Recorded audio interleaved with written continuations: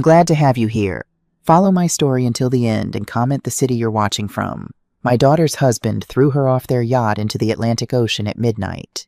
She was 4 months pregnant. As I screamed into the darkness, watching her disappear into the black water, they laughed and said she was being dramatic. Then they turned the yacht around and headed back to shore, leaving her there to die. When the Coast Guard finally pulled her from the water 3 hours later, barely alive, I made one phone call to my older brother. I said only 4 words. Time to end them. My name is Donna Sullivan. I'm 62 years old, a retired architect who spent 40 years designing buildings, not navigating the treacherous waters of wealthy, powerful families. I'm a quiet woman by nature. I raised my daughter Emily alone after my husband died when she was just 8. I taught her to be kind, to work hard, to trust people. I taught her wrong. The evening started innocent enough. It was late September, and we were anchored off the coast of Martha's Vineyard aboard the Bradford family's luxury yacht, the Providence. The air had that crisp New England bite to it, the kind that warns you winter isn't far behind. I stood on the deck holding a glass of lemonade, watching. Always watching. That's what 40 years of architecture teaches you, to observe structures, to notice when something doesn't quite fit, when the foundation isn't as solid as it appears. 50 guests mingled around me. Champagne glasses clinked. Jazz music floated from hidden speakers. Women in designer dresses laughed too loudly at jokes that weren't funny. Men in tailored suits talked about stock portfolios and vacation homes. And there was my Emily. She stood near the starboard railing wearing a navy dress that concealed her small baby bump. 26 years old, beautiful, and trying so hard to fit into this world that would never accept her. I watched her smile at a woman whose necklace probably cost more than our entire yearly grocery budget. The woman looked right through Emily like she was invisible. My daughter had married Jack Bradford 2 years earlier. He was a hedge fund manager, handsome in that polished prep school way that wealthy families seem to breed. Harvard MBA, family money going back 5 generations. The kind of man who'd never worked a day in his life but talked constantly about creating value. I'd never trusted him. Call it a mother's intuition, or maybe just the instinct of a woman who'd spent decades reading blueprints and understanding that what looks solid on the surface can hide structural problems underneath. But Emily loved him, or thought she did. Across the deck, Jack stood with his father, Senator William Bradford. Even at 68, the senator commanded attention. Silver hair perfectly styled. Expensive suit that probably cost more than my monthly pension. That practiced politician's smile that never quite reached his eyes. I'd met him exactly twice before. Both times he'd looked at me the way you might look at furniture, noting my existence, but finding me unworthy of real attention. Tonight, though, something was different. I watched them, Jack and his father, standing together near the bow. They kept glancing at Emily, then looking away. Whispering. Their body language set off every alarm bell I'd learned to trust over 6 decades of life. Something was wrong. Very wrong. That morning felt like years ago now, but I remembered every detail. Emily had called me at 7:30, her voice shaking with excitement. "Mom, I told Jack about the baby." I'd been making coffee in my small kitchen, the morning sun streaming through the window of my modest apartment. And how did he react? Silence. Too long. "Emily." He seemed surprised. He didn't say much. Just stared at me for a minute, then said he needed to make a phone call. He went into his office and closed the door. My hand had tightened on the phone. "What kind of call?" "I don't know. He was in there for 20 minutes. When he came out, he said we'd talk about it later. That we had the yacht party tonight and couldn't be distracted." "Sweetheart, that doesn't sound—" "It's fine, Mom." Her voice had that forced brightness I knew so well. "He's just processing. It's a big surprise. He'll be excited once it sinks in. I'm sure of it." But I wasn't sure. Not at all. I'd asked the question I'd been holding back for 2 years. "Are you happy, Emily? Really happy?" Another pause. "I will be, Mom. Once Jack adjusts to the baby news, everything will be perfect. You'll see." Now standing on this yacht, surrounded by strangers who saw me as nothing more than the mother-in-law from modest means, I watched Jack whisper something to his father. Senator Bradford's eyes narrowed. He nodded once, sharp and decisive. Then they both looked directly at Emily. Not the way a husband and grandfather-to-be should look at a pregnant woman. Not with joy or concern or even neutral interest. They looked at her like she was a problem that needed solving. I set down my lemonade and started moving toward Emily. My sensible low heels clicked against the polished deck. I was still 30 feet away when Jack raised his voice just enough to carry over the jazz music. "Emily, come here for a moment." My daughter turned, saw her husband and father-in-law standing together at the far end of the deck near the stern railing, the darker end where the yacht's lights didn't reach as well. She smiled that hopeful, desperate-to-please smile I'd seen too often in the past 2 years and walked toward them. Every instinct I had screamed at me to run, to grab her, to pull her away. But what would I say?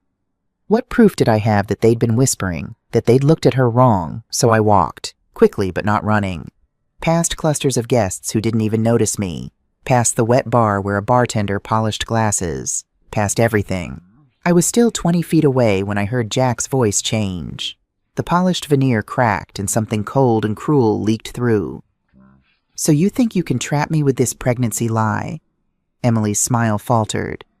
"What, Jack, what are you talking about?" I was moving faster now, 15 feet. "Don't play innocent." Jack grabbed her arm. His father stepped closer, blocking her other side. "I know exactly what you're trying to do." "Let go of me." Emily tried to pull away, but Jack's grip tightened. "You're hurting me." 10 feet. I could see it now, the calculation in their eyes. The way Senator Bradford positioned himself to block Emily's escape. The way Jack glanced at his father, some silent communication passing between them. "Jack, please." Emily's voice rose, panic creeping in. "I'm actually pregnant. This isn't a lie. I took 3 tests. I went to the doctor." "Right." Jack's laugh was harsh, ugly. "And next you'll want half of my trust fund when you file for divorce. You think I'm stupid 5 feet. I opened my mouth to shout, to scream, to do something, but I was too late. In one swift motion, both of them pushed. Hard. Emily went over the railing backward. Her scream cut off sharp as she hit something the edge of the yacht, I realized later before the water took her. The sound was wrong. Too sharp. Like a melon hitting pavement. Then just the splash and the darkness and the sound of waves against the hull. I don't remember the last 5 feet. One moment I was walking, the next I had Jack's expensive jacket in my fists, shaking him. "What did you do?" My voice didn't sound like mine. It sounded like something feral, something broken. "What did you do?" Jack shoved me, hard. I stumbled backward, my 62-year-old body not as steady as it used to be. I caught myself against the railing before I fell. Senator Bradford adjusted his cufflinks. Actually adjusted his cufflinks like nothing had happened. His voice was calm, measured the same tone I'd heard him use on news programs. "She'll swim to shore, Mrs. Sullivan. It's only half a mile. Teaches her a lesson about lying to get her hands on family money." I stared at him, at this man who'd just watched his son throw a pregnant woman off a yacht, who stood there now like he'd done nothing more troubling than swat a fly. "She's pregnant." I was screaming now past caring who heard. "The water is 45 degrees. She can't swim in that. She'll die. She'll die." Jack laughed. Actually laughed. "Pregnant, right. Next she'll claim the baby's mine and ask for child support. I've seen women like her before. Gold diggers who think a fake pregnancy test will lock down a fortune." Something inside me snapped. I ran to the bulkhead where the life preserver hung. Senator Bradford stepped in front of me. "Mr. Sullivan, I suggest you calm down. This is a private family matter." I was 5'4". He was 6'2". He outweighed me by 100 pounds. But I'd spent 40 years in a male-dominated profession learning to hold my ground. I looked him in the eye. "Get out of my way." Something in my voice must have surprised him because he stepped aside. Just slightly. Just enough. I grabbed the life preserver and hurled it as far as I could into the darkness where Emily had fallen. It hit the water with a splash I couldn't even see. The yacht's lights only illuminated about 20 feet of churning black water. Beyond that, nothing. Just darkness and the Atlantic Ocean stretching to the horizon. "Emily!" I screamed into that darkness. "Emily, can you hear me?" Nothing. Just the slap of waves against the hull and the jazz music still playing from the speakers. Someone inside the yacht laughed at a joke. My hands shook so badly I could barely pull my phone from my purse. I dialed 911. 911, what's your emergency?" "Person overboard." The words came out steady somehow. Architect's training, maybe. When there's a structural failure, you don't panic. You assess. You act. "My daughter. She's 4 months pregnant. They threw her off a yacht. The water is freezing. She'll die." "Ma'am, slow down. Where are you located?" I gave the coordinates I'd memorized before we left shore. Always prepare. Always know your exits. Habits from a lifetime of careful living. We're half a mile off Martha's Vineyard. The yacht is the Providence registered to Senator William Bradford. My daughter is Emily Bradford, 26 years old. She's been in the water. I checked my watch. My hands were still shaking. 3 minutes now, maybe 4. Coast Guard is being dispatched. Ma'am, I need you to stay on the line. Keep watching the water. Call out to her. If she can hear you, it might help her stay conscious. So I stood there at that railing and screamed my daughter's name until my voice was raw. Behind me, I heard Jack's voice, casual as discussing the weather. Dramatic as always. She's probably already on shore planning her next manipulation. I turned. Mrs. Eleanor Gibson stood there, the elderly woman I'd been chatting with earlier. She was 70 if she was a day, with kind eyes and pearl earrings that had probably been her grandmother's. "My dear," she said quietly, "why didn't you jump in after her?" The guilt hit like a physical blow. "I can't swim well. The water's too cold, too rough. If I go in, we'll both die. The Coast Guard said—" My voice broke. "They said to stay here. Keep watching. Keep calling." But even as I said it, the weight of it crushed me. My daughter was out there in the freezing Atlantic, and I was standing on this deck doing nothing. Mrs. Gibson took my hand. Hers was warm, papery with age, surprisingly strong. "You did the right thing. You got help. You threw her something to hold on to. You're doing everything you can." I gripped her hand like a lifeline and kept screaming Emily's name into the darkness. 20 minutes passed, the longest 20 minutes of my life. Then 40. My voice was gone. Just a hoarse croak now when I called for Emily. The Coast Guard helicopter appeared, searchlights sweeping across the black water. The sound of the rotors was deafening, beautiful, terrifying. I watched those lights search. Back and forth, back and forth. Jack and Senator Bradford had gone below deck. I could see them through the cabin windows talking to other guests, smiling. Jack gestured with his champagne glass. Someone laughed. They were telling people Emily had decided to go for a night swim, that she was always impulsive like that. Probably already back on shore at the marina. Some guests looked uncertain. Others nodded, accepting the story. Why wouldn't they? Senator Bradford was a pillar of the community. His son was a successful businessman. What reason would they have to lie? Mrs. Gibson never left my side. An hour passed, then 90 minutes. My phone rang. The Coast Guard. "Mrs. Sullivan, we've located her." I couldn't breathe, couldn't speak. "Is she—" The words stuck in my throat. "Alive, barely. Severe hypothermia, head trauma. She's unconscious. We need to get her to Mass General immediately. Medical helicopter is on the way." "I'm coming with her." "Ma'am, you need to stay with the yacht. Coast Guard investigators will need your statement. This is now an active crime scene." "That's my daughter."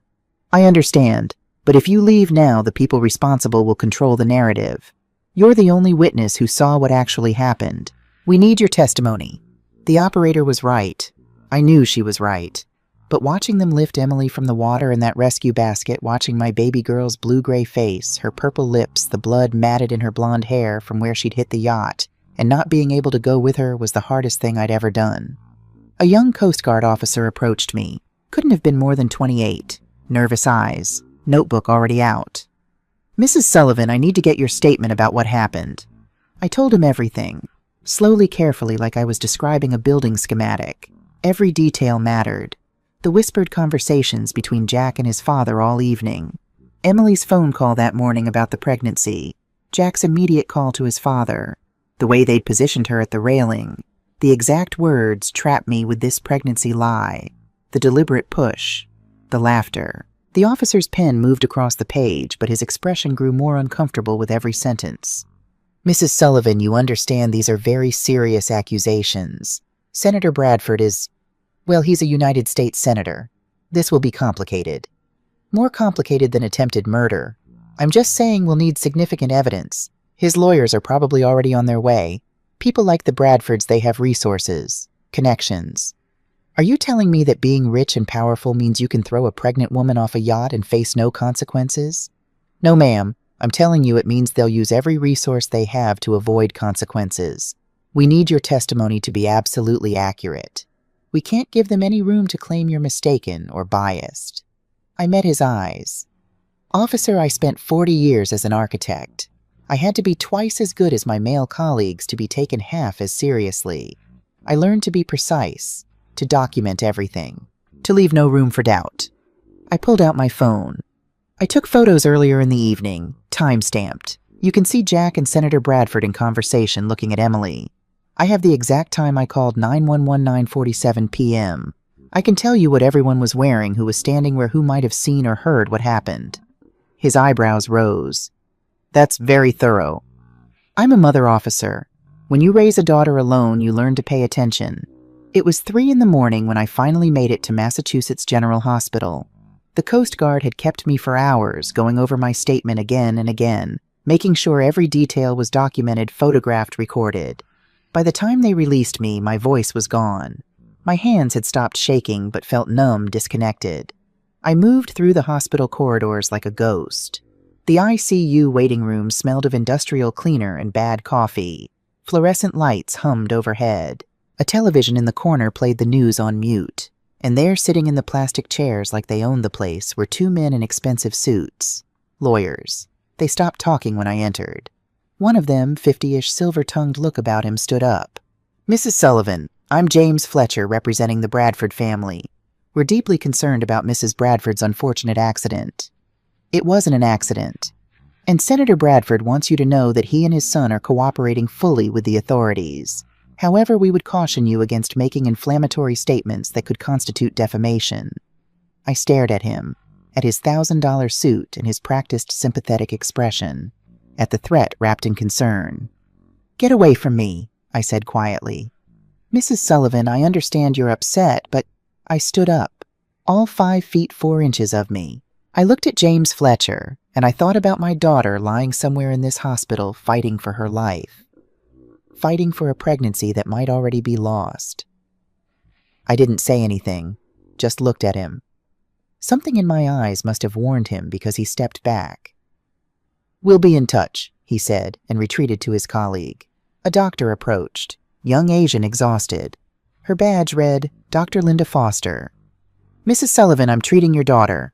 I couldn't speak, just nodded. Emily is in critical condition, but she's stable.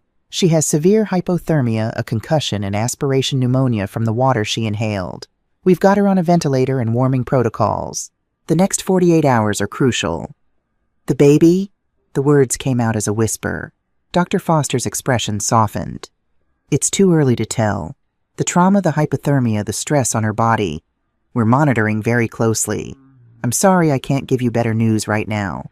I sank into one of those plastic chairs. It was the same kind of chair I'd sat in 20 years ago when my husband died. Same uncomfortable plastic, same squeak when you shifted your weight. Same feeling of the world ending around you while fluorescent lights hummed overhead. Dr. Foster squeezed my shoulder. You can see her in a few minutes, just for a moment. When they finally let me into Emily's room, I almost didn't recognize her. Tubes everywhere. Machines breathing for her, beeping steadily. Her face was still gray-blue lips, still purple. Someone had cleaned the blood from her hair, but I could see the bandages covering the head wound. She looked so small in that hospital bed, like the 8-year-old girl who'd climbed into my bed the night we buried her father, too scared to sleep alone. I took her hand. It was cold. So cold. I'm here, baby, I whispered. Mama's here. You're going to be okay. You have to be okay. The machines beeped. The ventilator hissed. She didn't move. I don't know how long I sat there. Minutes, hours. Time didn't work right anymore. My phone buzzed. A text from a number I hadn't contacted in 2 years. Thomas. Just saw the news. Martha's Vineyard yacht incident. Woman rescued from Atlantic. That's Emily, isn't it? My brother. My older brother, who I hadn't spoken to since a stupid argument about Thanksgiving dinner 2 years ago. An argument so trivial I couldn't even remember what it was about now. I stared at the message. Then, with shaking hands, I called him. He answered on the first ring. Donna, that voice. Gruff, careful, worried. I hadn't realized how much I'd missed it. Tommy! I hadn't called him that since we were kids. I need your help. Silence. Then, what happened? I told him everything. My voice stayed level somehow, controlled, like I was describing a building design instead of my daughter's attempted murder. The morning phone call, the whispered conversations, the deliberate push, the The laughter. 3 hours in the Atlantic. Emily in the ICU fighting for her life. When I finished, there was a long pause. "These people," Thomas said finally, his voice carefully controlled. "You're talking about Senator William Bradford, one of the most powerful men in Massachusetts, probably running for governor next year." "I know who he is, Tommy." "Donna, he has connections everywhere. Every agency, every courthouse. If we go after him..." "They threw my pregnant daughter off a yacht and left her to die." My voice cracked. "I don't care about his connections." Another pause. I could almost hear him thinking, weighing options the way he used to when we were kids, and I'd come to him with a problem. "Where are you right now?" "Mass General, ICU waiting room." "Okay, listen to me carefully. Don't talk to any more lawyers. Don't talk to police without me present. Don't talk to anyone about the case. I'm leaving Vermont now. I'll be there in 3 hours. Tommy, I'm not doing this for you, Donna." The words stung, but I understood. We hadn't parted on good terms. "I'm doing it for Emily," he continued. "That little girl sent me a birthday card last year, even though you and I weren't speaking. She wrote me a note about missing her Uncle Tommy. She didn't have to do that." My throat tightened. I'd forgotten about that. Emily had asked for his address, said she wanted to send him a card. I'd given it to her without comment, nursing my own hurt feelings. She'd tried to bridge the gap we were both too stubborn to cross. "Thank you," I whispered. "Don't thank me yet. If what you told me is true, this is going to get ugly. The Bradfords will use every resource they have to bury this. Are you prepared for that?" I looked through the glass window into Emily's room, at the machines breathing for her, at the monitors tracking her failing vital signs, at my daughter who'd done nothing wrong except marry the wrong man and try to build a family. "Yes," I said. "I'm prepared." "Good. Then here's what we're going to do. We don't react. We don't make accusations. We appear to believe their accident story. We play nice." "I can't." "Yes, you can then. Because while they think we're backing down, I'm going to dig. I'm going to find out everything about William Bradford's past. Every business deal, every relationship, every skeleton in every closet. And when I'm done, Donna, we're going to destroy him." The certainty in his voice should have scared me. Instead, it felt like the first solid ground I'd stood on since watching Emily disappear into that black water. "Okay," I said. "Okay. I'll be there in 3 hours. Try to get some rest." "Tommy, I'm sorry. About Thanksgiving. About the fight. About Zoom. We'll talk about that later. Right now we focus on Emily. Everything else can wait." He hung up. I sat in that plastic chair holding my phone and felt something shift inside me. The helpless terror of the past 6 hours began to crystallize into something harder, something cold and determined. Jack and Senator Bradford thought they'd solved their problem, thought they could throw my daughter away like trash and face no consequences. They were wrong. I must have dozed off in the chair because I jerked awake to a hand on my shoulder. Dr. Foster stood over me. The clock on the wall read 6:15 a.m. "Mrs. Sullivan?" I was on my feet instantly, my heart hammering. "Is she..." "Emily's still stable, but I need to talk to you about the pregnancy." I knew. Before she said another word, I knew. "I'm so sorry.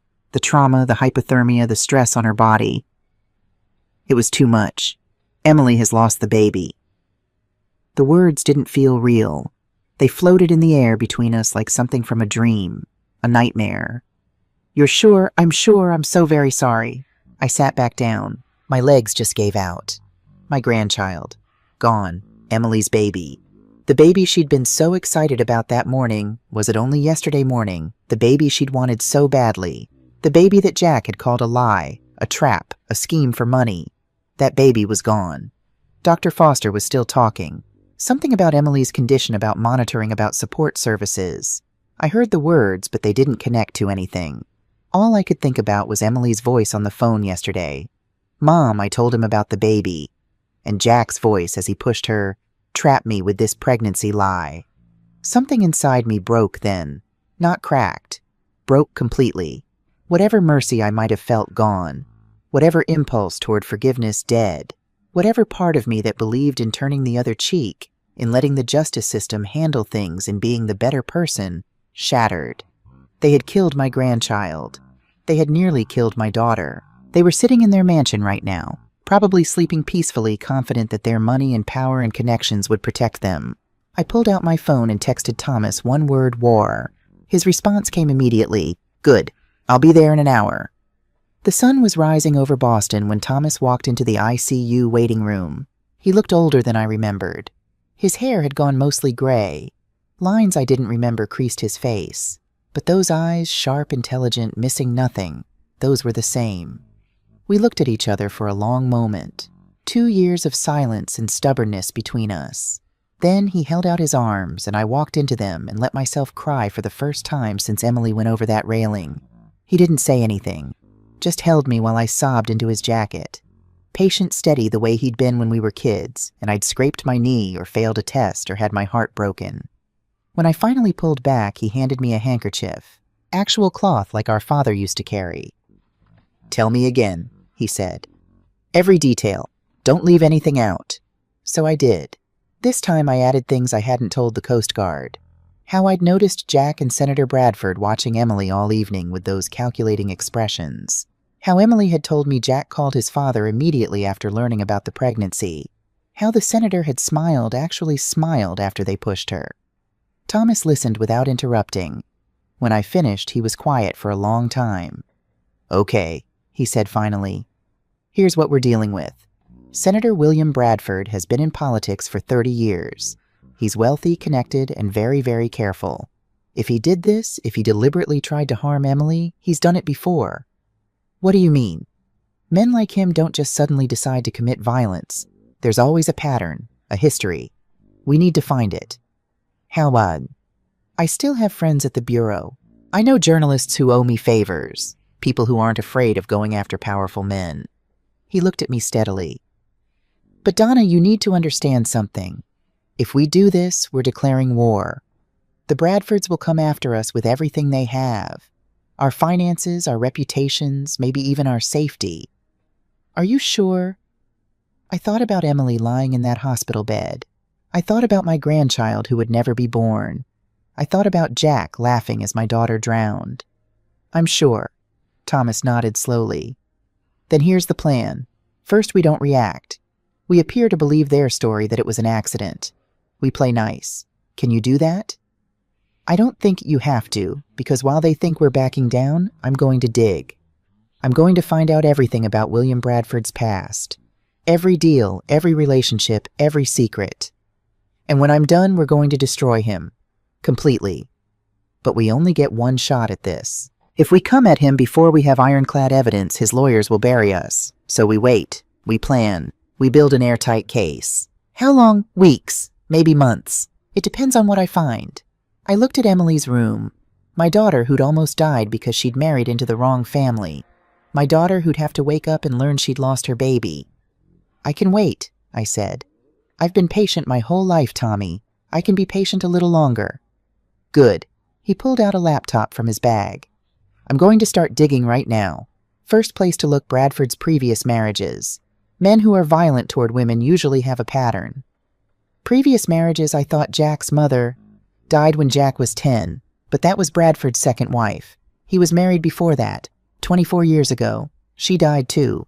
Fell down the stairs at their summer home." The way he said it made my skin crawl. "You think?" "I think it's worth investigating. A man's first wife dies in a tragic accident.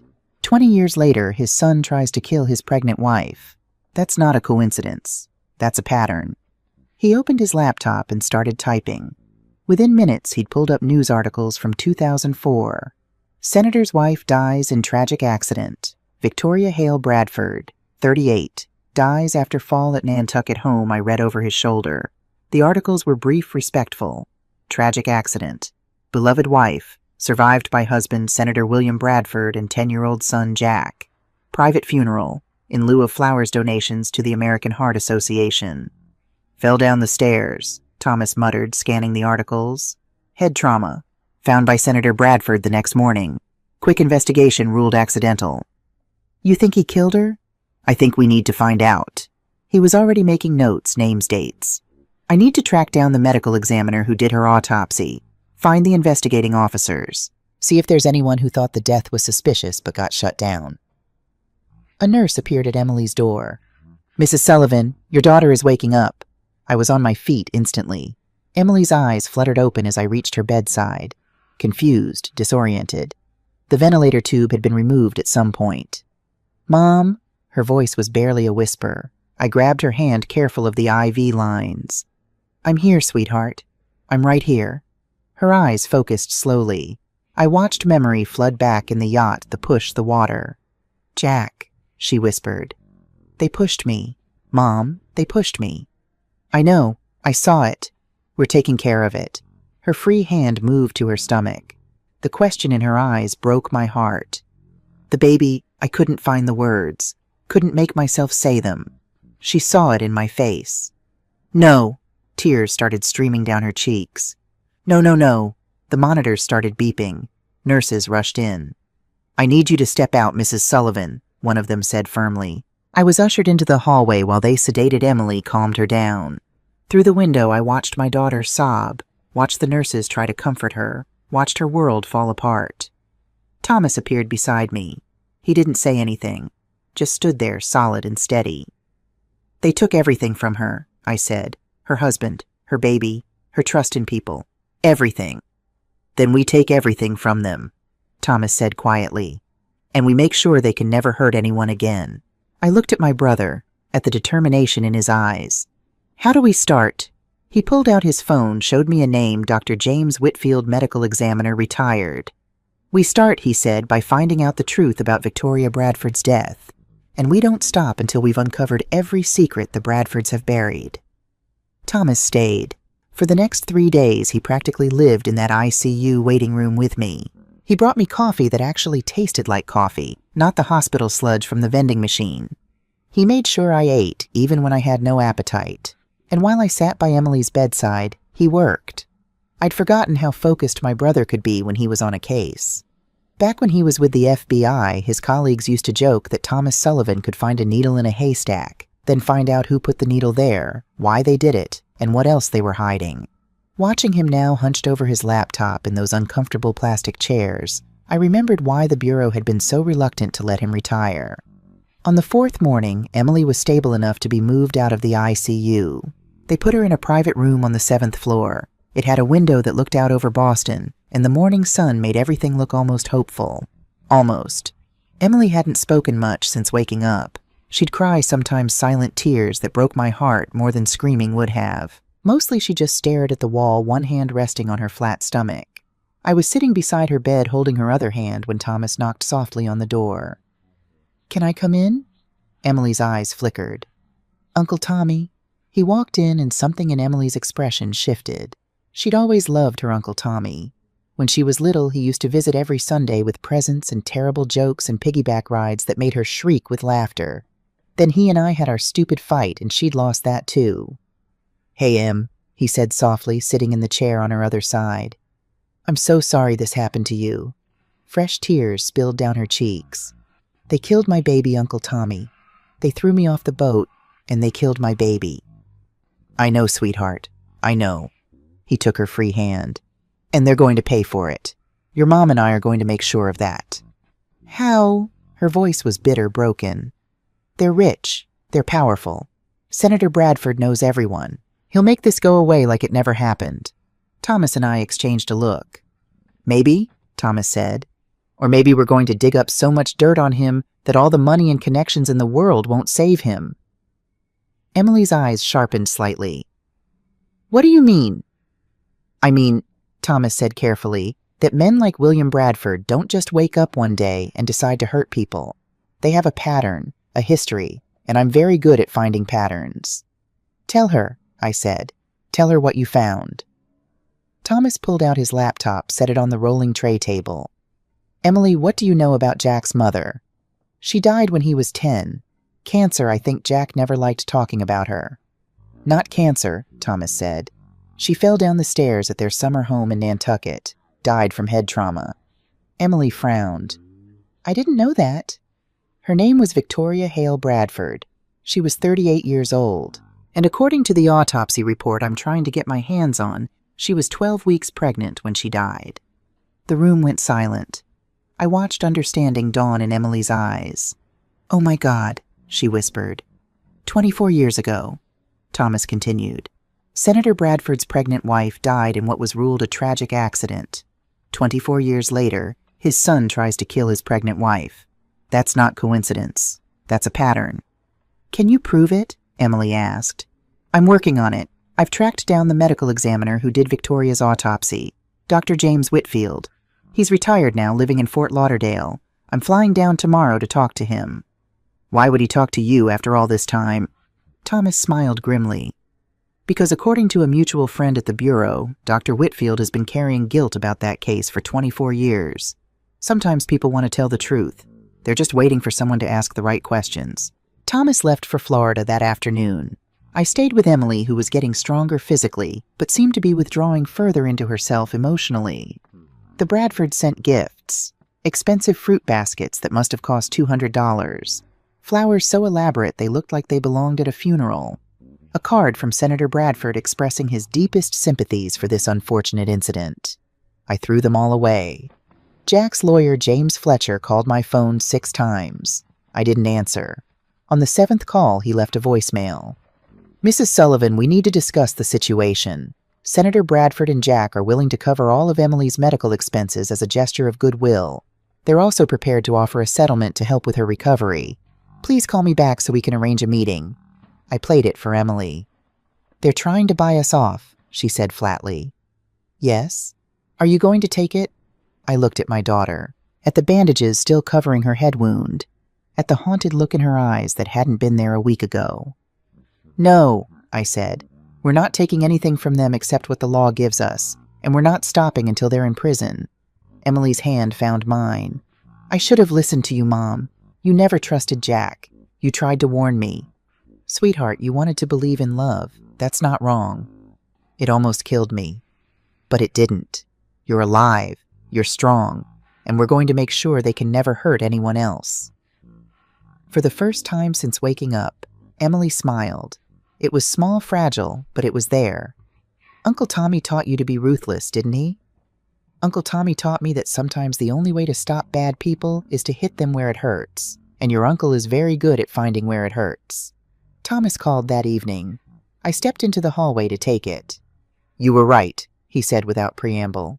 Doctor, Whitfield has been waiting 24 years for someone to ask about Victoria Bradford. My pulse quickened. What did he say? He's willing to go on record. Donna the man kept copies of everything. Autopsy photos, his personal notes, everything the official report left out. What did the official report leave out? Victoria Bradford had defensive wounds on her arms, bruises consistent with being grabbed and shaken. The head trauma didn't match a fall down carpeted stairs. It matched being struck with a blunt object and then pushed. I closed my eyes. He killed her. Dr. Whitfield thinks so, but he was 54 years old with a family when he did that autopsy. Bradford's people made it very clear sign off on accidental death or lose everything. He chose his family's security over the truth. He's been living with that guilt ever since. Will he testify? He will. And Donna? There's something else. Victoria was beaten before. Doctor, Whitfield found evidence of old fractures, healed bruises. William Bradford had been abusing his wife for years. My hand tightened on the phone. Jack grew up watching his father abuse his mother, then murder her. And learned that rich, powerful men can get away with anything, Thomas finished. I'm flying back tomorrow. We need to talk about next steps. After we hung up, I stood in that hospital hallway for a long time processing what I'd learned. Emily's husband hadn't just tried to kill her on impulse. He'd grown up in a house where violence against women was normal, where pregnancy made a woman expendable, where money and power meant you could commit murder and walk away clean. The question now was, could we prove it? Thomas returned 2 days later with a file folder thick with documents. We spread them out in the hospital cafeteria, an awful space that smelled like burned coffee and industrial cleaner. Doctor, Whitfield gave me everything, Thomas said, laying out autopsy photos I had to force myself to look at. Victoria Bradford's body, the bruises, the wounds. But it's not enough. 24 years have passed. Bradford's lawyers will argue the investigation was thorough, the death was ruled accidental by proper authorities, and we're trying to retry a closed case. So what do we need? A pattern. 1 victim could be explained away. 2 starts to look like coincidence. 3 or more. That's a pattern no jury can ignore. He pulled out another file. So I started digging into Bradford's history. Political campaign staff turnover, anything that might indicate a problem. And 15 years ago, during his second Senate campaign, his campaign manager filed a police report. Sexual assault against Senator William Bradford. My stomach turned. What happened to the report? Disappeared. Literally vanished from the police database. But I have a friend who's very good with computer forensics. He found a backup copy buried in an old server. Thomas opened his laptop, pulled up a scanned document. Patricia Reynolds. She was 33, running Bradford's campaign. One night, working late at campaign headquarters, Bradford assaulted her. She went to the police the next morning. I read the report. The clinical language couldn't hide the horror of what had happened. 2 days later, Thomas continued, the detective handling her case called and said there was insufficient evidence to proceed. The report was removed from official records. 3 days after that, Bradford's lawyer contacted Patricia with an offer. $200,000 and an NDA. She took it. She was terrified. They showed her photos of her at bars, made subtle threats about her reputation, her career. She was 33 years old, single, scared. So yes, she took the money and moved away. She's in Portland, Oregon now. Married, 2 kids, runs a nonprofit. Will she talk to us? I called her yesterday. Told her what happened to Emily. Told her we have other victims willing to come forward. He paused. She said she's been waiting 15 years for someone to give her permission to tell the truth. That evening, Thomas set up a video call with Patricia Reynolds. Emily wanted to be part of it, so we gathered in her hospital room laptop balanced on the tray table. When Patricia's face appeared on screen, I saw a woman who'd learned to hide her scars well. Professional, composed with the kind smile of someone who'd turned pain into purpose. Emily, she said softly, I'm so sorry this happened to you. Emily's jaw tightened. Thank you for agreeing to talk to us. I should have spoken up 15 years ago. If I had Patricia's voice broke. Maybe this wouldn't have happened to you. It's not your fault, Emily said firmly. They're the ones who did this, not you. Patricia wiped her eyes. Thank you for saying that. I've spent 15 years wondering if staying silent made me complicit in whatever else he did. Tell us what happened, Thomas said gently. So she did. The whole story, holding nothing back. Working late, Bradford coming back to the office, the assault going to the police, watching her report, disappear, the payoff, the NDA, the 15 years of silence and guilt. By the time she finished, Emily was crying. I was holding her hand so tight, my knuckles were white. I want to help, Patricia said. Whatever you need. I'll break the NDA. I'll testify. I'll go public. I'm done being silent. It won't be easy, Thomas warned. Bradford's lawyers will come after you. They'll try to discredit you, claim you're lying for money or attention. They'll dig into every aspect of your life. Let them, Patricia said. I've built a good life. I have a husband who knows everything and supports me. I have work that matters. They can't threaten any of that anymore. And if going public helps put that monster in prison, it's worth it. After the call ended, Emily looked at me. How many women do you think he's hurt? I don't know, sweetheart. We need to find them. All of them. We need to give them the chance. Patricia just got the chance to tell the truth. Thomas was already typing. I'm on it. Give me a week. While Thomas searched for more victims, I turned my attention to understanding why Jack had done what he did. Money seemed obvious, but I needed details. I called an old colleague from my architecture days, Margaret Price. She'd married a lawyer who specialized in trusts and estates. If anyone could help me understand Jack's financial situation, it would be her husband. Donna, Margaret's voice was warm, concerned. I heard about Emily. How is she? Recovering. Margaret, I need a favor. I need to understand how trust funds work, specifically ones that vest at a certain age. There was a pause. This is about Jack Bradford's trust fund, isn't it? You know about it? Honey, everyone in certain Boston circles knows about it. The Bradford fortune is legendary, and the terms of Jack's trust are an open secret among estate lawyers. Can you explain it to me in plain English? Hold on, let me get Richard. A minute later, Richard Price was on the line. Mrs. Sullivan, Margaret filled me in. I can't give you specific information about the Bradford Trust without violating privilege, but I can explain how these types of trusts typically work. Please. High net worth families often create trusts for their children with specific vesting ages, usually 35 or 40. The money is held in trust until that age, then transferred to the beneficiary. In Jack's case, his trust would have been funded by his grandfather's estate. How much are we talking about?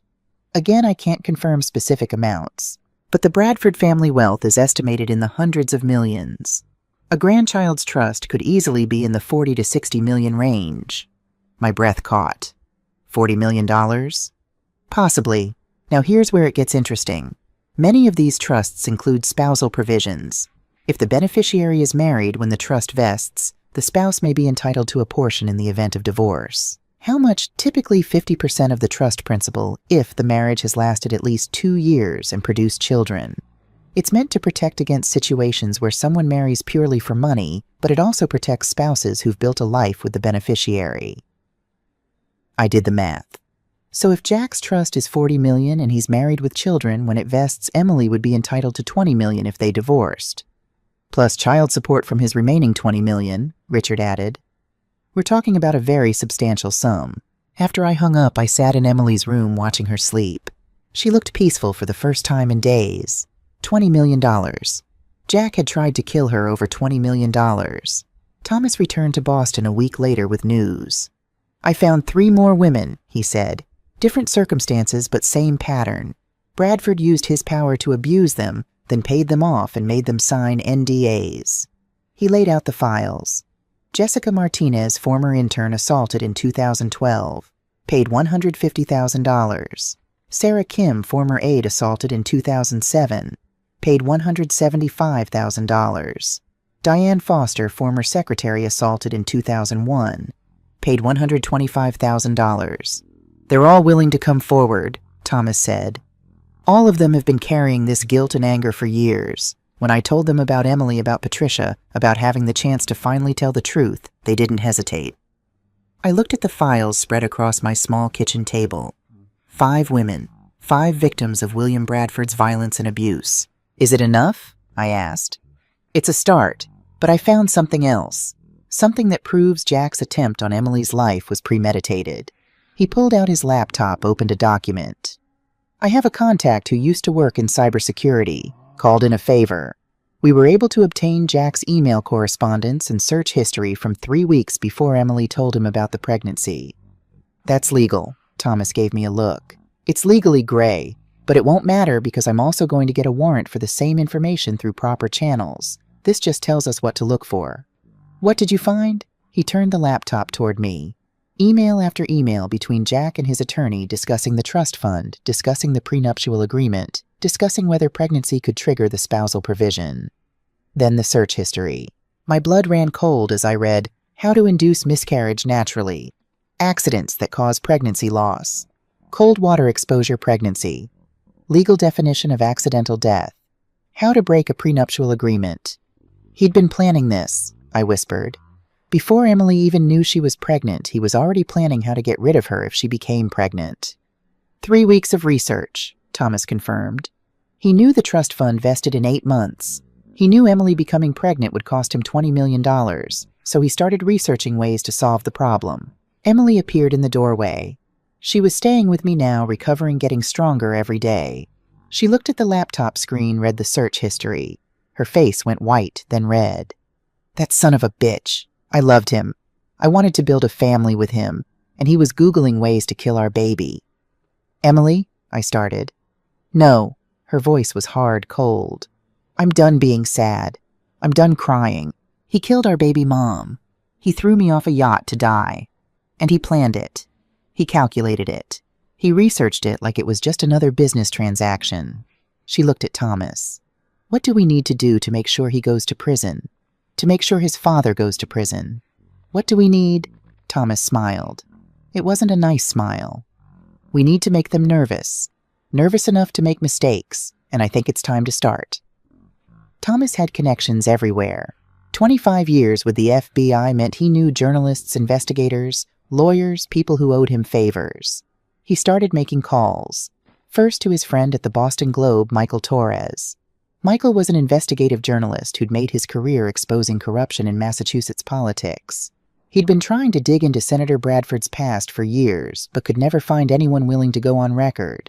Now he had 5 women ready to talk. Second to Detective Sarah Morrison at the Massachusetts State Police. Sarah was 42, had been with the force for 20 years, and had a reputation for not being afraid of powerful people. She'd investigated 3 state representatives, 2 judges, and 1 congressman. All of them were now in prison. When Thomas told her about Victoria Bradford's death, about Patricia Reynolds, and the other victims, about Emily, Sarah's response was immediate. "Get me everything you have. I'm opening an investigation." Third to his former colleagues at the FBI, Financial Crimes Division. Because while Thomas was digging into Bradford's past, he'd noticed some interesting patterns in the senator's campaign finance reports. Donations that exceeded legal limits, offshore accounts that didn't quite add up, shell corporations that existed only on paper. Nothing concrete yet, but enough to make people curious, enough to start asking questions. On a Tuesday morning, 3 weeks after Emily went off that yacht, everything happened at once. The Boston Globe published its story. Questions surround Senator Bradford's past. First wife's death under new scrutiny. Former staff members. Alleged pattern of abuse. The article was careful. No direct accusations, just questions. Why had Victoria Bradford's death been ruled accidental so quickly? Why were there inconsistencies in the autopsy report? Why had multiple women filed complaints against Bradford over the years, only to have those complaints disappear? By noon, it was the top story on every news channel in Massachusetts. By 2 p.m., Senator Bradford was holding a press conference. I watched it with Emily and Thomas in my living room. Bradford stood at a podium, American flag behind him that practiced politicians' expression of grave concern on his face. "These allegations are completely baseless," he said, voice steady measured. "My first wife's death was a tragic accident investigated thoroughly by local authorities. I am saddened that someone would try to use my family's pain for political purposes." A reporter called out, "Senator, what about Patricia Reynolds? She's alleging sexual assault." "I have no idea who that woman is," Bradford said smoothly. "These appear to be politically motivated attacks timed to damage my upcoming gubernatorial campaign. I'm confident that when all the facts come out, my name will be cleared." "What about your daughter-in-law Emily Bradford's incident on your yacht?" Bradford's expression shifted to one of concern. "That was a horrible accident. Emily somehow fell overboard. My son and I did everything we could to help. Our hearts go out to Emily and her mother during this difficult time. We're cooperating fully with the Coast Guard investigation." He was good. Calm, sympathetic, believable. For a moment, I wondered if we had any chance at all. Then my phone buzzed. Text from Thomas, even though he was sitting right next to me. "Watch Channel 7. Now." I switched channels. A press conference was starting. Patricia Reynolds stood at a podium, her husband beside her, her hand shaking slightly as she gripped the edges of the lectern. "My name is Patricia Reynolds," she said, voice wavering but determined. 15 years ago, I worked as campaign manager for William Bradford's Senate re-election campaign. During that time, he sexually assaulted me in his campaign office. The room exploded with camera flashes. When I reported it to police, my complaint disappeared. I was paid $200,000 to sign a non-disclosure agreement and stay silent. Today, with the help of legal counsel, I am breaking that agreement. Her voice grew stronger. Senator Bradford is a dangerous man who has used his power and wealth to silence his victims for decades. I stayed silent because I was afraid. Afraid of what he could do to my career, my reputation, my life. But I can't stay silent anymore. Not when I know he's still hurting people. Not when I know his son nearly killed a pregnant woman just 3 weeks ago. She looked directly into the camera. "Emily Bradford, if you're watching this, I am so sorry I didn't speak up sooner. I'm speaking up now, and I won't be silenced again." Emily was crying. I was crying. Even Thomas looked affected. "That's not all," he said quietly. He pulled up his laptop, showed me a press release from the Massachusetts State Police. State Police reopen investigation into Victoria Bradford's death. New evidence prompts review of 2004 Nantucket incident.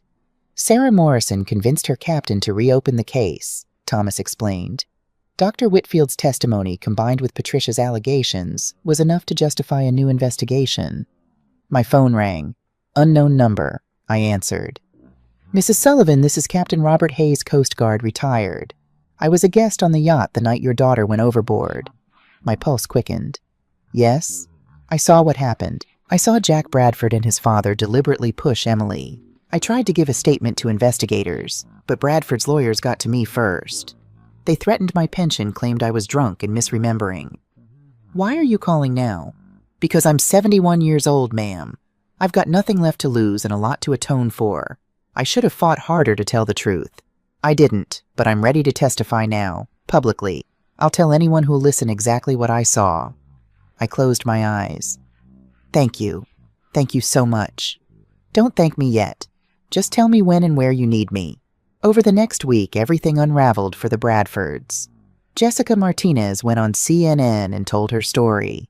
Sarah Kim wrote an op-ed in the Washington Post. Diane Foster gave an interview to NPR. Each woman told the same story: Senator William Bradford had abused them, then paid them to stay silent. Each woman named specific dates, places, amounts, details that could be verified. The FBI announced they were opening an investigation into Senator Bradford's campaign finances. The Massachusetts State Police executed a warrant at the Nantucket house where Victoria Bradford had died, looking for evidence that had been missed 24 years ago. And through it all, Senator Bradford held press conference after press conference, denying everything, blaming political enemies, claiming he was the victim of a conspiracy. Nobody believed him. His colleagues in the Senate started distancing themselves. His campaign for governor collapsed. His fundraisers canceled. His phone stopped ringing. Jack was arrested on a Thursday morning. I was with Emily when we got the news. She was in my kitchen making tea, getting stronger every day. Thomas's laptop was open on the table, streaming the local news. The reporter stood outside Jack's Beacon Hill townhouse. FBI agents entered the residence approximately 15 minutes ago. We're now seeing Jack Bradford being let out in handcuffs. The camera zoomed in. Jack in expensive pajamas, looking terrified and smaller somehow without his suit and confidence. His hair wasn't perfectly styled. His face was pale. He didn't look like a powerful hedge fund manager anymore. He just looked like what he was, a scared man who'd finally been caught. Jack Bradford is being charged with attempted murder assault with intent to kill and reckless endangerment, the reporter continued. This stems from the September incident where his wife Emily Bradford went overboard from the family yacht and nearly died. Emily's hand found mine. We watched them put Jack in the back of an unmarked car and drive away. It's really happening, she whispered. He's really going to face consequences. We're not done yet, Thomas said. Jack's arrest is just the beginning. The big fish is still swimming. But not for long. 2 days later, Massachusetts State Police arrested Senator William Bradford. The charges were extensive first-degree murder in Victoria Hale Bradford's death, conspiracy to commit murder in Emily's case, multiple counts of obstruction of justice, sexual assault of Patricia Reynolds, and 3 other women. I watched his arrest on every news channel, watched this powerful, untouchable man be led out of his Senate office in handcuffs, watched his carefully constructed facade crumble. He held one last press conference, hands, shaking, voice cracking. This is a political witch hunt, he said. My enemies are trying to destroy me. I am innocent of all charges. When the truth comes out... Senator, a reporter shouted. Why did 3 different medical examiners confirm Victoria had defensive wounds? Bradford's face went white. He walked away without answering. His political career was over. His freedom was ending. And we were just getting started. 5 weeks after the yacht incident, Emily moved back into her own apartment. Not the one she'd shared with Jack. She'd never go back there. A new place, smaller, with big windows that let in lots of light. I helped her unpack boxes. She'd sold or donated everything that reminded her of Jack. The wedding photos, the expensive gifts from his family, even her wedding ring. I'm donating the ring money to a domestic violence shelter, she told me, carefully arranging books on a shelf. They need it more than I do. She was different now. Harder, wiser, but also somehow more herself. The woman who'd tried so hard to fit into the Bradford world was gone. In her place was someone stronger. The prosecutor called, she said. They want me to testify at Jack's trial, tell my story in court. How do you feel about that? She was quiet for a moment. Scared, but also ready. I need to look him in the eye and tell the truth about what he did. I need to make sure everyone knows he didn't just throw me off a yacht. He threw away our baby, our future, everything we could have been. You don't have to do this, sweetheart. You've been through enough. Yes, I do. She turned to face me. I need to do this for me, and for all the other women who might have ended up marrying into that family if we don't stop them now. I hugged her tight. My daughter, who'd almost died, who'd lost her baby, who'd been betrayed in the worst possible way. She was stronger than I'd ever imagined she could be. Thomas appeared in the doorway with coffee and pastries. Delivery for the Sullivan women. "You're going to make me fat, Uncle Tommy," Emily said, but she took a croissant anyway. "I have news," Thomas said. "The FBI finished their analysis of Bradford's finances. Shell Corporation's offshore accounts donations laundered through fake donors. They're adding financial crimes to his charges." "How much are we talking about?" I asked. $35 million in illegal campaign contributions over 20 years. Tax evasion on at least $15 million more. The man has been running a criminal enterprise disguised as a political career. Emily shook her head. All that money, all that power, and it still wasn't enough. They still had to hurt people. "That's what people like the Bradfords never understand," Thomas said. "Money and power don't make you untouchable. They just make the fall harder when you finally hit the ground." The next 2 months were a blur of preparations. Meetings with prosecutors, reviewing evidence, getting ready for trial. Thomas had built a case that was, in his words, tighter than a drum. He had Dr. Whitfield's testimony about Victoria's murder. He had Patricia Reynolds and 4 other women ready to testify about Bradford's pattern of abuse. He had Captain Hayes's eyewitness account of Emily being pushed. He had the financial evidence of Jack's motive, that $40 million trust fund. And he had Emily, who'd survived. The defense tried everything. They filed motions to suppress evidence, to separate the trials, to move venues. They claimed the investigation was politically motivated. They tried to paint Emily as unstable, manipulative, a gold digger. But Detective Sarah Morrison had done her job too well. Every piece of evidence was properly obtained. Every witness was credible. Every timeline matched. Jack's trial was scheduled for April, 8 months after that night on the yacht. Senator Bradford's trial would come after. On a cold February morning, I was in my apartment making coffee when someone knocked on my door. Mrs. Eleanor Gibson stood in the hallway, the elderly woman from the yacht. She held a casserole dish covered in foil. "Mrs. Sullivan, I hope you don't mind my stopping by. I got your address from the Coast Guard. They're giving me updates since I'm a witness." "Of course not. Please come in." She set the casserole on my counter. "Chicken and rice, my grandmother's recipe. I thought you and Emily might enjoy it." "That's very kind of you." We sat at my small kitchen table with coffee. Mrs. Gibson was quiet for a moment. "Then I need to apologize." "For what?" "I was on that yacht. I saw how Jack and the senator treated Emily all evening. I saw them watching her, whispering. And I did nothing. I said nothing. I'm 73 years old, Mrs. Sullivan. I've seen enough of life to recognize when something is wrong. And I stayed silent." "You couldn't have known." "I could have. I should have. And I'm sorry." She met my eyes. "But I'm not staying silent now. I've given a full statement to the police. I told them everything I saw and heard that night. I'll testify at trial. Whatever you and Emily need, I'm here." After she left, I called Thomas. "We have another witness," I said. "Who?" "Eleanor Gibson. She's 73, wealthy, respected in Boston society. And she's going to testify that she saw Jack and Bradford acting suspicious all evening, that she heard them making threatening comments about Emily." Thomas whistled low. "A credible society witness. That's gold Donna. Juries love sympathetic elderly witnesses. She's also got a spine of steel. She's not afraid of the Bradfords." April arrived with that particular Boston spring weather, cold rain one day, brilliant sunshine the next. As if the city itself couldn't decide what it felt. I knew exactly how it felt. Jack Bradford's trial was set to begin on a Monday. Emily and I arrived at the Suffolk County Superior Court at 8 in the morning, an hour before proceedings started. Thomas met us at the entrance. "Ready?" he asked Emily. She wore a simple navy suit, her blonde hair pulled back. The scar on her forehead had faded, but was still visible if you knew to look for it. She'd refused to cover it with makeup. "I want them to see what he did," she told me that morning. "I want the jury to see the evidence every time they look at me." My daughter had grown so much stronger, but I could see her hands shaking as she clutched her purse. "I'm ready," she said. The courtroom was packed. Media in the back rows, sketch artists with their pads, members of the public who'd been waiting since dawn for a seat. This was the trial everyone in Massachusetts had been following for months. Jack sat at the defense table with his lawyers, 3 of them all in expensive suits.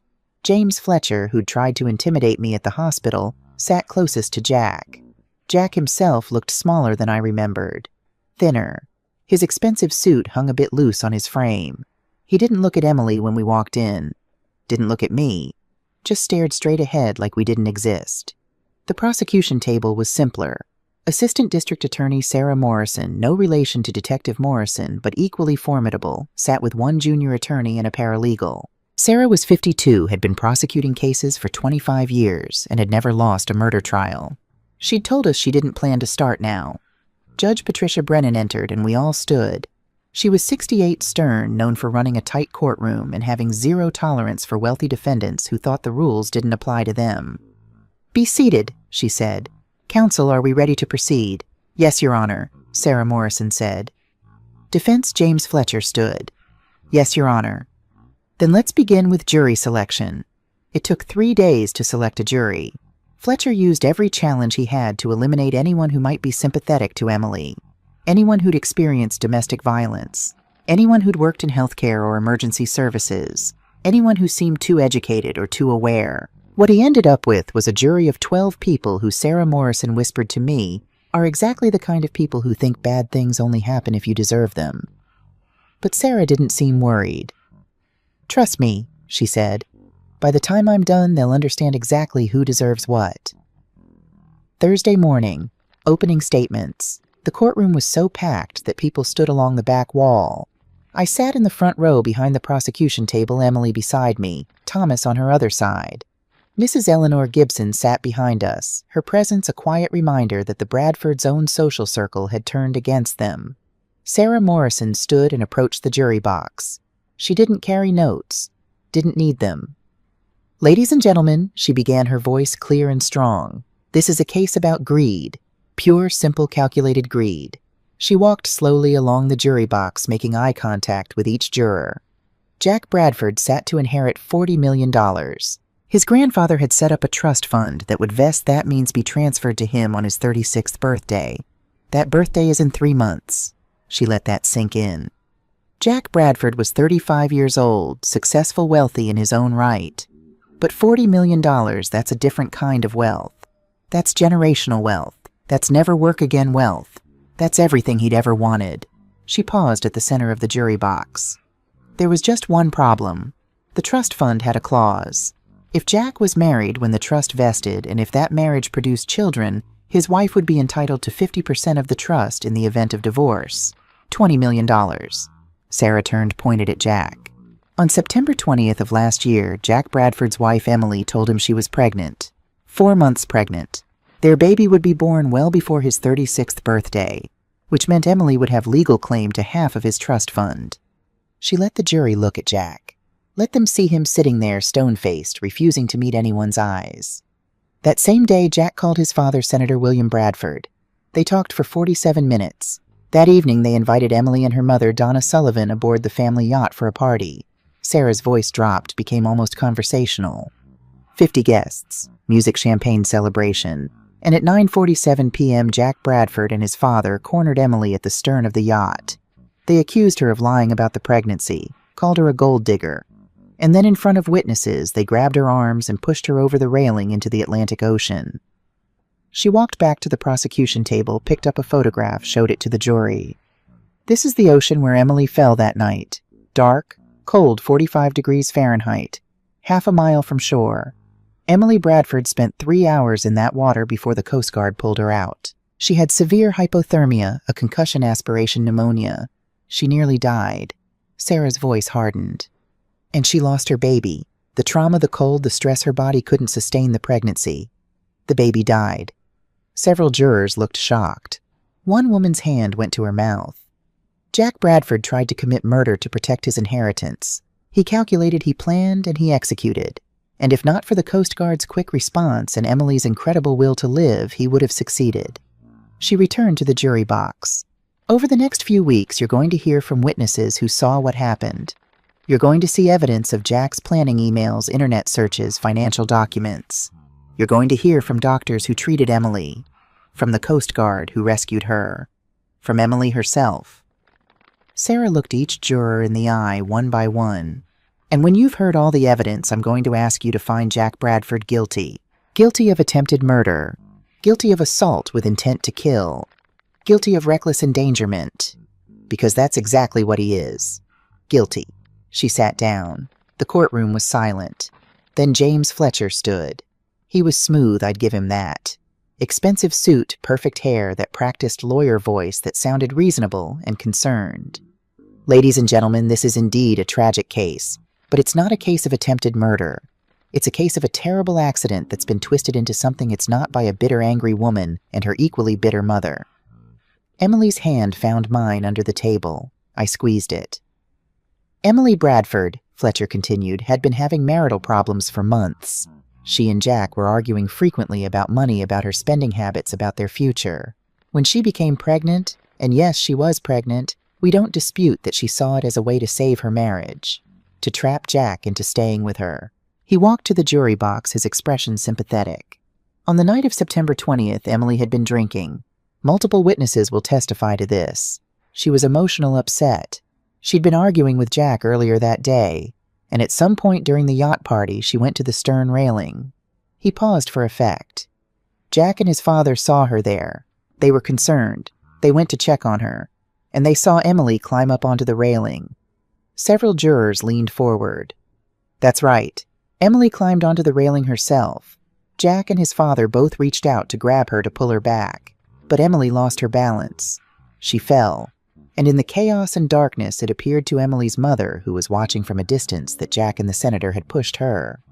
Fletcher's voice became gentle, understanding. Donna Sullivan loves her daughter. Of course she does. And in that moment of terror, seeing her daughter fall, her mind created a narrative that made sense to her. She convinced herself that Jack and the senator had pushed Emily. She's been telling that story so many times for so many months that she's come to believe it herself. He shook his head sadly. But believing something doesn't make it true. The evidence will show that this was a tragic accident, nothing more. And Jack Bradford, who loved his wife, who was excited about becoming a father, has been falsely accused of a terrible crime because his mother-in-law can't accept the truth. Fletcher returned to the defense table. We ask that you listen to all the evidence with an open mind. Don't let sympathy for Emily's injuries cloud your judgment. Don't let the prosecution's emotional arguments override the facts. And when you've heard everything, we're confident you'll reach the only verdict the evidence supports, not guilty. He sat down. Emily was shaking. I could feel it through her hand in mine. He's lying, she whispered. Everything he just said was a lie. I know, sweetheart. The jury will know too. Just wait. Sarah Morrison turned to look at us, gave Emily a small, confident nod. The evidence would speak for itself. The prosecution called their first witness.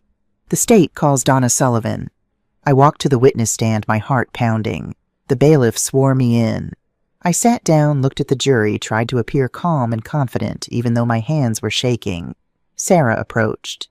Mrs. Sullivan, please tell the jury your relationship to Emily Bradford. I'm her mother. I raised her alone after my husband died when she was 8 years old. Were you present on the yacht the night of September 20th? Yes. Emily and I were both invited to the Bradford family's annual autumn party. Tell us what happened that evening. I took a breath and told the story I'd told 100 times by now. But this time I told it slowly, carefully, looking at each juror as I spoke. I described watching Jack and Senator Bradford whisper together all evening. How they kept looking at Emily with expressions I couldn't read. How they'd called her over to the stern railing away from the other guests to a darker part of the deck. I was about 30 feet away, I said. I could hear Jack's voice clearly. He said, so you think you can trap me with this pregnancy lie? Several jurors wrote notes. Emily told him it wasn't a lie, that she was actually pregnant. Jack grabbed her arm. His father stepped behind her, blocking her escape. I started running toward them, but I was 62 years old in heels. I wasn't fast enough. My voice broke. I didn't try to hide it. Jack and his father both grabbed Emily, and they pushed her, hard, over the railing. I saw it happen. I was watching the whole time. Mrs. Sullivan, Sarah said gently, the defense claims Emily climbed onto the railing herself. Is that what you saw? Absolutely not. Emily was terrified. She was trying to get away from them. They grabbed her and pushed her backward over that railing. What happened after Emily went over? I ran to the railing, screamed for help. Jack shoved me away. Senator Bradford said, and I quote, "She'll swim to shore. It's only half a mile. Teaches her a lesson about lying to get her hands on family money." More jurors writing notes. I described throwing the life preserver, calling 911, screaming Emily's name into the darkness, while Jack and his father went below deck and told guests Emily had gone for a swim. 3 hours, I said, looking directly at Jack. My daughter was in that freezing water for 3 hours because of what they did. Sarah showed me photos of Emily in the hospital, asked me to identify them. I did my voice steady, even though seeing those images again made me want to cry. Then it was Fletcher's turn to cross-examine. He approached with that sympathetic expression like he felt sorry for me. "Mrs. Sullivan, you love your daughter very much, don't you?" "Of course. You'd do anything to protect her." "Yes. Including, perhaps, misremembering what you saw that night." "I didn't misremember anything. I know exactly what I saw." "But you were 30 feet away. It was dark. There was music playing, people talking. Isn't it possible you didn't hear everything clearly?" "I heard Jack accuse Emily of lying about being pregnant. I saw them both grab her and push her over that railing. Those facts are crystal clear in my memory." "You never liked Jack, did you?" I paused. Honesty was important. "No, I didn't trust him." "So you already had a negative opinion of him before this incident?" "I had an instinct that something was wrong. Mothers develop those instincts. Or perhaps Fletcher suggested you were looking for reasons to dislike your daughter's husband. And when Emily fell accidentally, your mind twisted what you saw to fit your pre-existing narrative." "That's not what happened." "Mrs. Sullivan, isn't it true that you and Emily had discussed divorce before the yacht incident, that Emily had confided in you that she was unhappy in her marriage? This was a trap. I could feel it. Emily mentioned they were having some difficulties, but she was trying to work through them. And isn't it true that you encouraged her to leave Jack? That you told her she deserved better?" "I told her she deserved to be happy and respected. Yes." "So you wanted Emily to divorce Jack?" "I wanted Emily to be in a healthy, loving marriage. If that meant divorce, then yes." Fletcher smiled like he'd proven something. No further questions. But Sarah stood for redirect. "Mrs. Sullivan, did you want Emily to divorce Jack badly enough that you'd falsely accuse him of attempted murder?" "Absolutely not." "Did you have any financial motive to see Jack arrested?" "None whatsoever." "Did you know about the $40 million trust fund before this incident?" "No. I learned about it during the investigation." Sarah nodded. "So your testimony today is based purely on what you witnessed with your own eyes and heard with your own ears?" "Yes. I have no reason to lie. I'm just telling the truth about what happened to my daughter." "Thank you, Mrs. Sullivan." Over the next week, Sarah Morrison methodically built her case. Captain Robert Hayes testified about being on the yacht seeing Jack and Senator Bradford push Emily. The defense tried to claim he'd been drinking, but Captain Hayes produced his medical records showing he didn't drink alcohol due to a medication he was taking. Mrs. Eleanor Gibson testified about watching Jack and the senator act suspicious all evening about hearing them make threatening comments. The defense tried to suggest her age affected her memory, but Mrs. Gibson was so sharp and detailed in her testimony that even Fletcher seemed to give up halfway through cross-examination. Dr. Linda Foster, Emily's treating physician, testified about the severity of Emily's injuries, about the hypothermia that should have killed her, about the pregnancy loss that resulted from the trauma. "In your medical opinion," Sarah asked, "could these injuries have resulted from Emily jumping or climbing into the water herself?" "No," Dr. Foster said firmly. "The head trauma indicates she struck the yacht before entering the water. The pattern is consistent with being pushed against the railing, then over it. If she jumped or climbed down, the injuries would be completely different." The Coast Guard officer who'd pulled Emily from the water testified, his voice breaking as he described finding her. "I've been doing water rescues for 15 years. I've never seen someone survive that long in water that cold. It's a miracle she lived." Then Sarah brought out the financial evidence. A forensic accountant explained the trust fund, the spousal provision, exactly how much money Jack stood to lose if Emily remained pregnant and married to him. $20 million initially, the accountant testified, plus ongoing child support that could total another $5 to $8 million over 18 years. We're talking about Jack Bradford potentially losing $25 to $30 million. Sarah showed the jury Jack's emails with his lawyer, the ones discussing the trust fund and prenuptial agreement. She showed his search history. The courtroom went dead silent as she read the searches aloud. How to induce miscarriage naturally. Accidents that cause pregnancy loss. Cold water exposure pregnancy. Legal definition of accidental death. Several jurors looked at Jack with visible disgust. Fletcher objected, claimed the searches were taken out of context, but Judge Brennan overruled him. These searches occurred 3 weeks before Emily told Jack she was pregnant, Sarah said. 3 weeks. He was already researching ways to end a pregnancy before he even knew his wife was pregnant. Because he knew the trust fund vested in less than a year, he was planning ahead. On the 8th day of trial, Sarah Morrison stood. The state calls Emily Bradford. The courtroom fell silent as Emily walked to the witness stand. She wore a simple gray dress, no jewelry except her grandmother's cross necklace. Her hands didn't shake as she was sworn in. I'd never been more proud of her. Sarah began gently. Emily, please tell the jury about your marriage to Jack Bradford. Emily's voice was steady. We met 4 years ago at a charity fundraiser. He was charming, successful. We dated for a year, got engaged, married a year later. The first year of marriage was good. Or I thought it was. What changed? Jack started staying late at work more often. He was distant. When I'd ask what was wrong, he'd say he was stressed about the trust fund vesting, about making sure he managed the money properly when he got it. Did he mention the spousal provision in the trust? Not at first, but about 6 months before. Before the yacht incident, he started asking weird questions.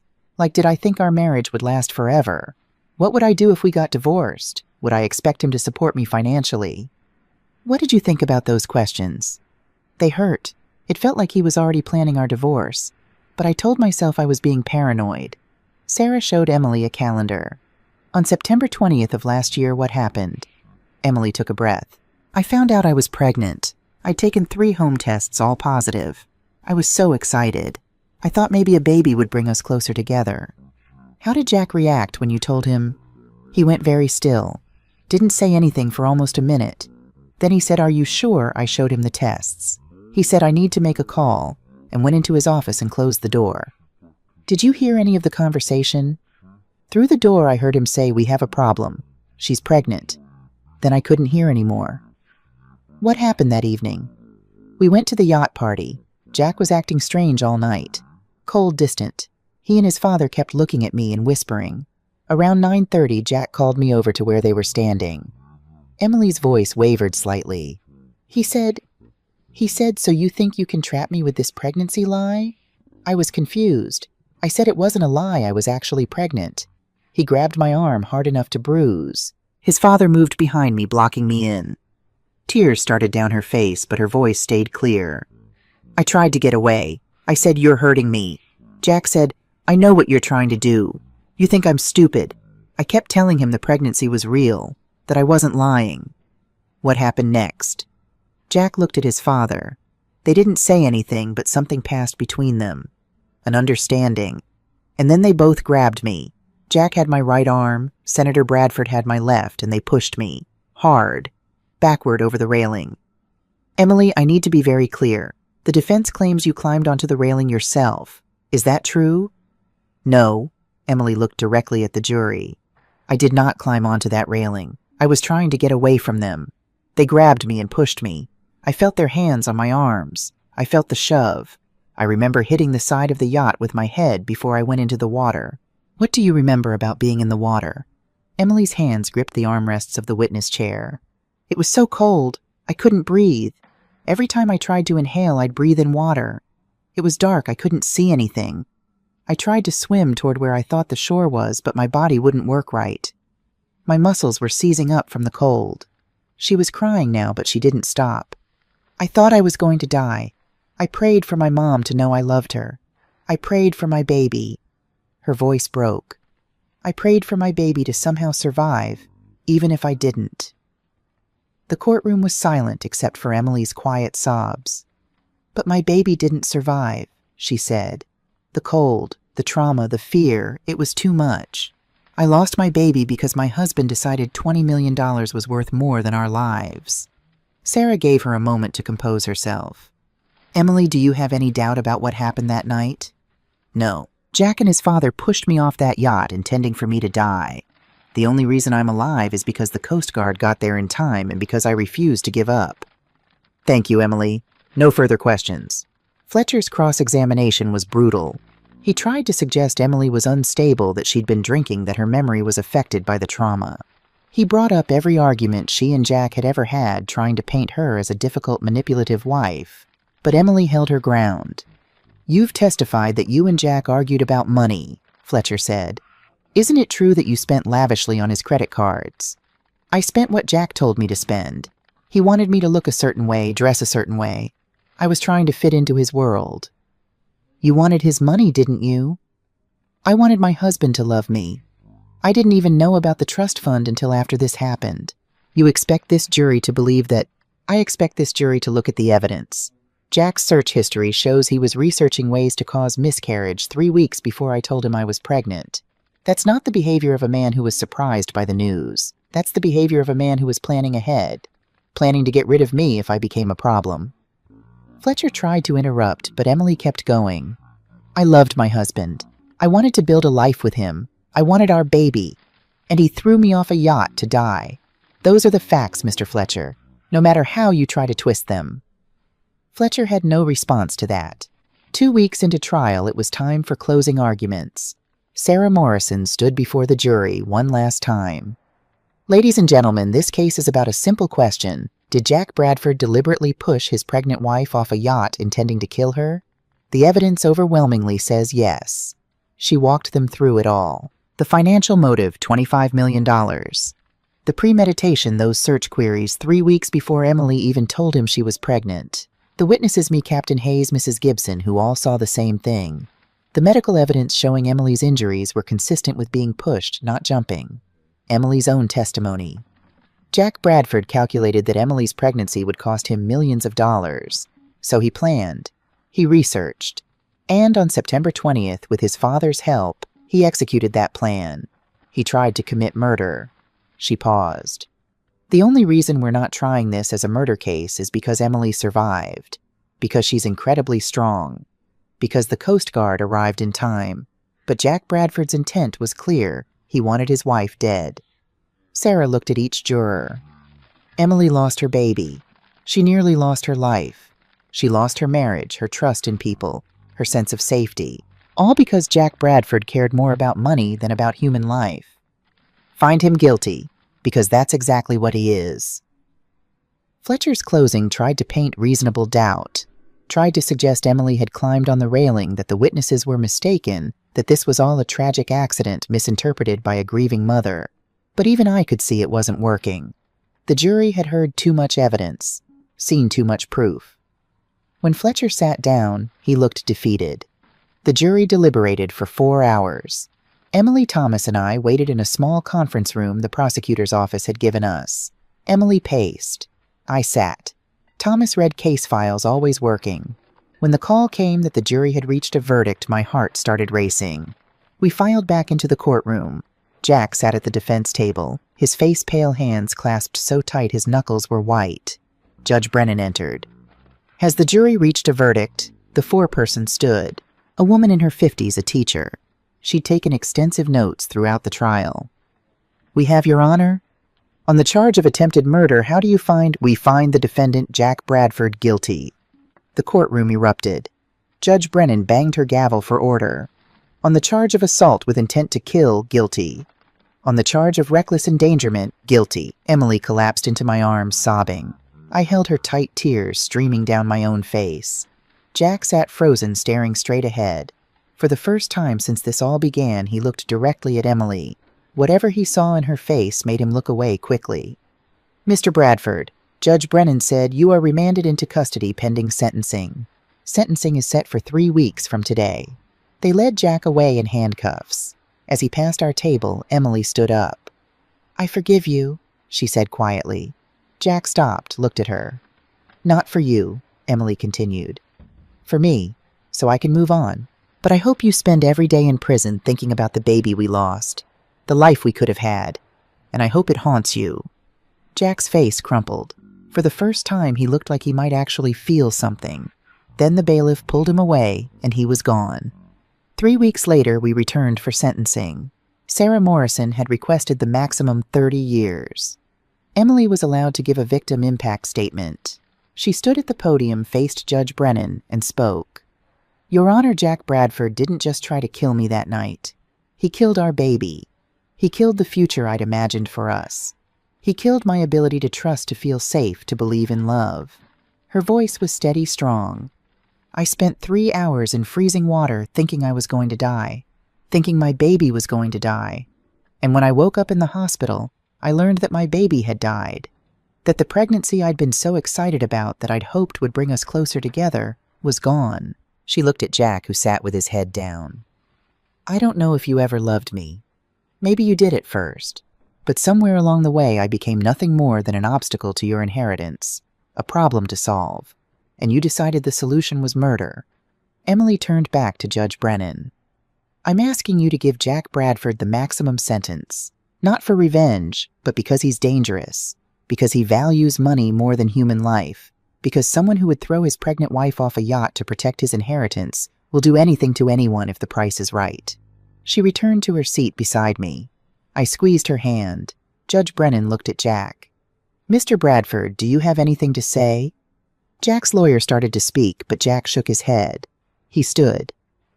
"I'm sorry," he said. His voice was barely audible. "I'm sorry for what I did. I'm sorry Emily lost the baby. I'm sorry for everything." "Are you sorry you did it?" Judge Brennan asked. "Or sorry you got caught?" Jack didn't answer. Judge Brennan reviewed the case, the evidence, the impact on Emily. Then she pronounced sentence. "Jack Bradford, you are sentenced to 30 years in federal prison without the possibility of parole for the first 20 years. You will serve this sentence consecutively, meaning you will serve every single day." The gavel came down. Jack was led away. He looked back once at Emily. She didn't look at him, just stared straight ahead.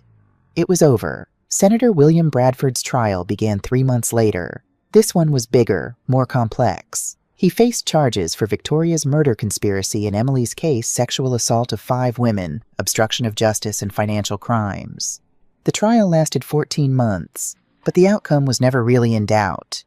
Dr. Whitfield testified about Victoria's autopsy, about the evidence of abuse, about being pressured to rule it an accident. Patricia Reynolds and 4 other women testified about Bradford's assaults, about being paid off, about years of silence. I testified about watching Bradford help his son push Emily. Financial experts testified about Bradford's illegal campaign contributions and offshore accounts. The evidence was overwhelming. The jury found him guilty on every count. For Victoria's murder, life in prison without parole. For conspiracy in Emily's case, 20 years consecutive. For the assaults, 10 years each consecutive.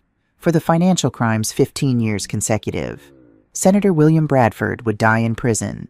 I was in the courtroom when they read the verdict. Bradford sat stone-faced as each guilty verdict was read. But when they led him away in chains, he looked across the courtroom at me.